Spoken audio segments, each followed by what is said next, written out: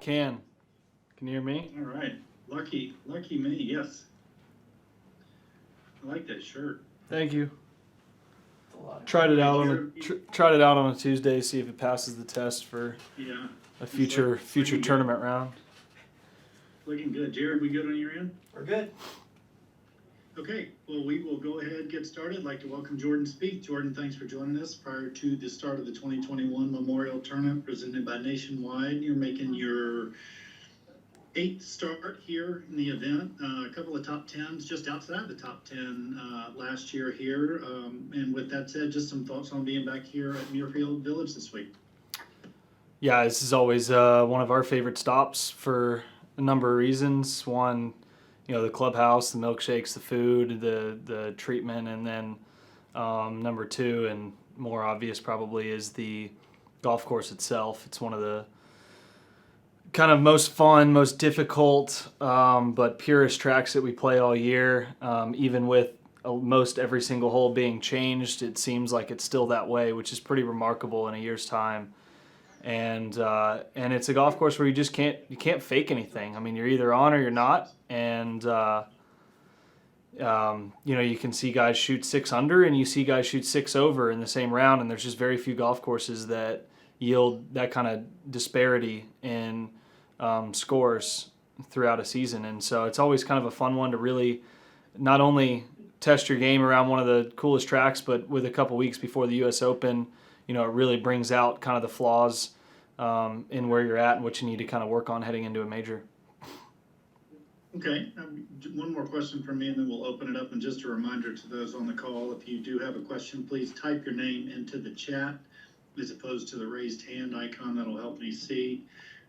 Jordan, my last question for you is last week's runner-up finish was your 6th top 5 finish, just going back to the waste management. How confident and comfortable are you with feeling like you're back to Jordan Spieth golf? Yeah, I mean, it was just to have the consistency I've had is very nice. And I mean, I had a month off and was able to come back and play pretty solid golf the last 3 weeks. Over the weekend, I got a little bit off, and I kind of had to, I guess, carve around with what I could, which is kind of a tough position to be in when you're leading, but still almost pulled through last week. And again, just back to kind of just playing consistent golf and golf freely, hitting shots and seeing them go where I want them to go, and then feeling like I'm progressing week in and week out has been the number one goal for a long time. And to kind of see that take shape this season has been nice, and it, I guess, feels a little bit like, house money having won, so you're in kind of Kapalua, and then being up there in the FedEx Cup ranking, with sights on East Lake, all those kind of things, those goals that you set at the beginning of the year, being in a really good position at this point in the season makes me feel like I'm not behind the 8 ball and have to force things, but instead can kind of let them take shape. And that's kind of been, I think, the number one kind of biggest help in continuing to progress. Okay, all right. Well, with that, we'll open it up and take a few questions. We'll start with Bill with the Columbus Dispatch. Bill, go ahead. Hi, Jordan. Just how different is the course? How differently do you think you have to play it? I've only played 4 holes, so I'm not the person to ask, unfortunately. But number 1 and number 4 were the biggest changes on those first 4, and I'm obviously very aware of the changes, and I've talked to a number of guys now over the last 2 days, and I think visually off the tee, the only real change is 15. The only major kind of, maybe you play a different shot or it's a very different look, is 15 off the tee. And then, there will be obviously a bit of learning to do on the new green surfaces on where some of the misses are. And so I think the majority of it is on and around the greens, especially on the par 5s that have changed. I think it's, with all 4 par 5s essentially changing the approach shot and the green complex, that's going to be, probably the most important work to recognize where the pins are going to be and where you can miss when you're laying up or going for it in 2 to leave yourself the best chance to get in 4. Because on a difficult golf course like this, taking advantage of 4 par 5s is is what us pros are really trying to. They say they're the hardest handicap, but for us, those are our best opportunities to get a birdie. So that's probably where the biggest learning curve is. And is it tricky when you are playing the same course, but it's been changed? It's kind of the muscle memory or the mental memory to have that go, wait a minute, that's maybe not what I need to play this time around. Yeah, I mean, again, I think I don't think you've seen holes change. Like the harder holes are still harder, and the easier holes are still easier. So I don't think the mentality, and with only one tee shot really changing dramatically, other than you might hit more drivers than 3-woods, but visually most of the tee shots are the same except 15. I don't think it plays that much of a role there. I think the mentality of the way you look at each hole is pretty similar, and it's just going to be that approach shot. Maybe a couple approach shots where you're like, okay, maybe on number 4 where that the front right pin on the old number 4 used to be have to miss left. Now you actually can be more aggressive to it, or vice versa on a different part of a different green. So I think more in approach shots than tee balls. Thanks, Jordan. Okay, Jordan, next question comes from Rex Hoggard. Rex? Hey, Jordan. Xander was in here this morning talking about Kiowa Island didn't fit his eye, and it feels like he almost talked himself out of being able to play well there. Have you ever been in a position where you just didn't like the golf course and therefore you didn't play well? I think I had a little bit of that with Doral. I went into like 39 bunkers one year, and I walked off of that saying, I'm not really sure what I'm supposed to do around this place. But very few. I mean, you normally can just start to get obsessed in how you're going to attack a place. I like the setup of Kiowa, and I could see how, like if I were playing Kiowa 2 years ago, I would have maybe thrown myself out with some of those tee balls, but just having a little bit more confidence in where I could peel it off of the sides into fairways and stuff like that. To answer your question, yeah, it wasn't specific to Kiowa, but I would say very few. But yeah, here and there, I've come across where I'm like, man, I don't really love kind of the way that sets up, or I don't really, or you get done with a round and you think you played pretty well to shoot 3 under, and you're in like 25th where you thought you'd be in the top 10. So it's more like, it's more after the fact that you kind of realize the comfort level on courses and some that just don't really suit your games. And I guess the flip of that would be, have you ever been in a position where you didn't really feel like the golf course fits your eye, and yet you still found a way to play it well? Is there an example of that? I would say, most of the courses that I've historically played very consistent, consistently in the top 10, like a Kapalua, Augusta, those kind of things, they're very different from like Colonial. And I've had a lot of success at Colonial, even though it's more of a kind of fit your tee ball into really tight windows and then kind of pick apart a golf course that's an old school classic course. And for whatever reason, it's visually, I wouldn't necessarily think that would be great for me when you compare it to a wide open, big slopey, big Augusta or Kapalua. But I would say that the difference in those kind of courses, but still loving them both, might answer that. Where I'm like, man, I don't really know if that's great for me, and then all of a sudden, I'd find a way to play it well. Thanks, Jordan. Okay, next we got Steve DeMeglio. Steve, go ahead. Hey, Jordan, what happened on Sunday when you didn't know where the freaking ball was going to go off the club, and yet you still had a chance to win on Sunday? Can that help you going forward in any way? Yeah, well, I need to get back on track, just tighten things up. I just got a little loose. And it was kind of on Friday afternoon after the delay. I came out and I told Michael within the first couple holes after that, I was like, man, I'm moving different. I'm swinging different. And just got really, really loose in my action, and, was able to kind of make it work for the remainder of the tournament. But obviously, it was just a different feeling on going into Sunday than, other ones that I had played well or played poorly in throughout this year. I just knew that I was a little off, and I was going to have to try and make it work, and that's just a tough thing to do around a tricky course. but yeah, I mean, it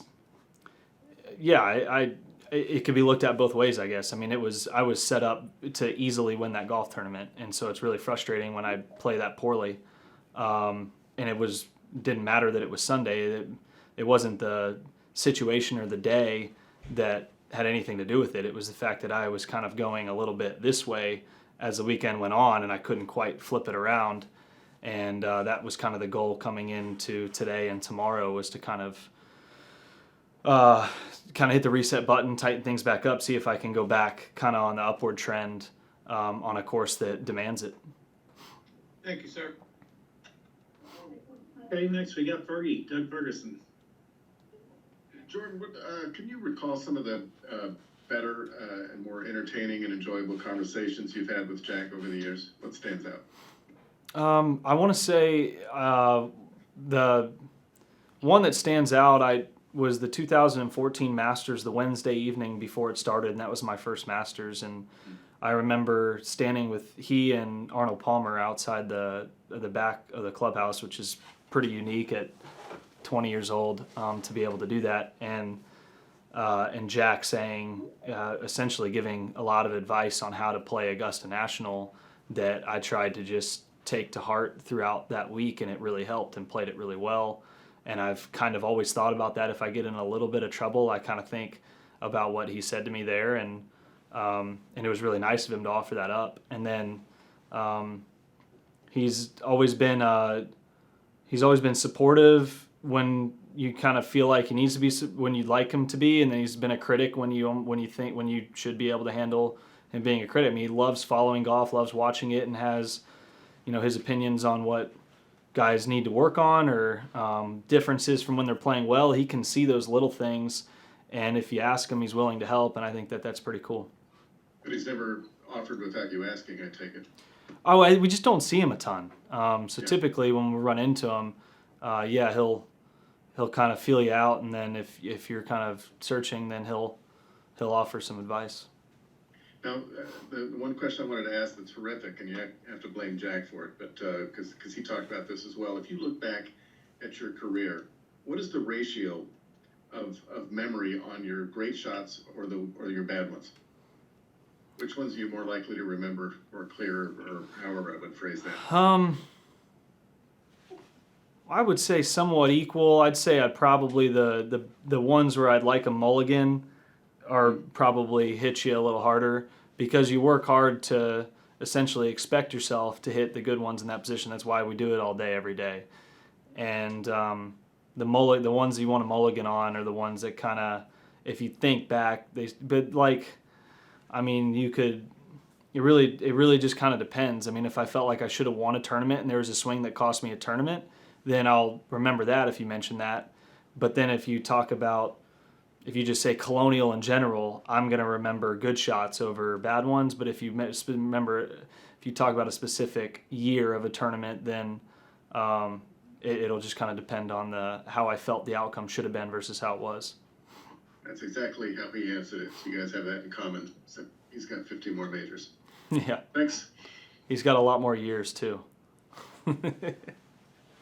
All right, Jordan, we know you got to keep a tight schedule. We've got two more for you. Chris Tatchis from Golf Channel. Chris, go ahead. Hey, Jordan. I wanted to ask you about U.S. Open sectional qualifying. You talk about and explain your feelings going through the process and what it was like for you to get through. Yeah, let's see. I tried sectionals 2010. I don't know if I tried it in 11, and then I got through in 12 as an alternate, and then made it through on 13 on qualifying. And I would say that you don't want to go in expecting the number to be higher than you think, but it just always is. I mean, it's just it seems to be. If you think it's going to take 10 under, it's going to take 7. It's just one of those, if you just play consistent golf, patiently take advantage of the holes, it's a difficult day because you just don't know, and you normally don't have live scoreboards, and you don't then get to situationally play the back 9 of that second round when you may want to, not take on a hole that a drivable hole when you could hit a wedge in and protect par. So it's just kind of, I think the unknowns are the most difficult part. But if you just stay as patient as you can and limit the number of bogeys, typically you make enough birdies to get through. That's, I guess, what I can take away from my experiences with it. Okay, thank you. Okay, and we'll finish up with Bobby Herrick. Bobby, go ahead. Okay. Hey, Jordan, thank you. Are you able to say where you are now compared to, say, 15, 16, and maybe where now compares to 19 and 20? Maybe where you lie in that realm. Probably right in between. Hopefully continuing to work towards the obviously the earlier years, but I'm trying to match up things to even before that time frame, with the kind of better mobility, speed, and I guess knowledge that I have now to become a better striker, but swinging in a way that's kind of the easiest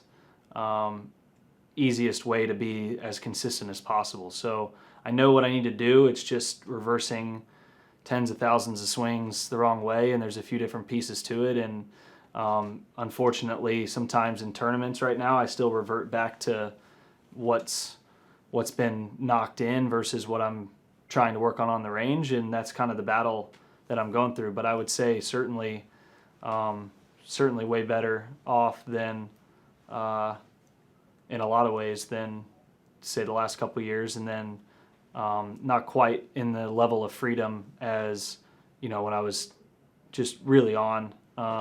But I believe that it'll get there and be able to stay there more consistently for a longer period of time.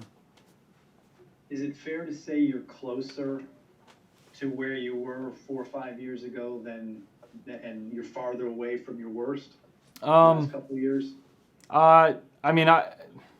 It's weird because I'm doing my best in not. The only thing that I care about looking backwards is mechanically matching up to what I was doing. As far as any kind of comparisons to years or results is literally the last thing that's on my mind. I hate the word back. I hate that he's back. I never went anywhere. This is all part of what happens in a career. There's ups and downs, and I like looking forward into what are the pieces that I need to put together for this jump start, this new way that I want to be playing golf week in and week out. And so it's hard for me to answer that question because I'm trying to do my best not to answer that question day in and day out, and instead focus forward with picking apart things in my DNA that have made me successful. Great. Thank you. Appreciate Got it. Sure. All right, Jordan, that's it. Thank you for your time. We appreciate it. Got it. See you guys.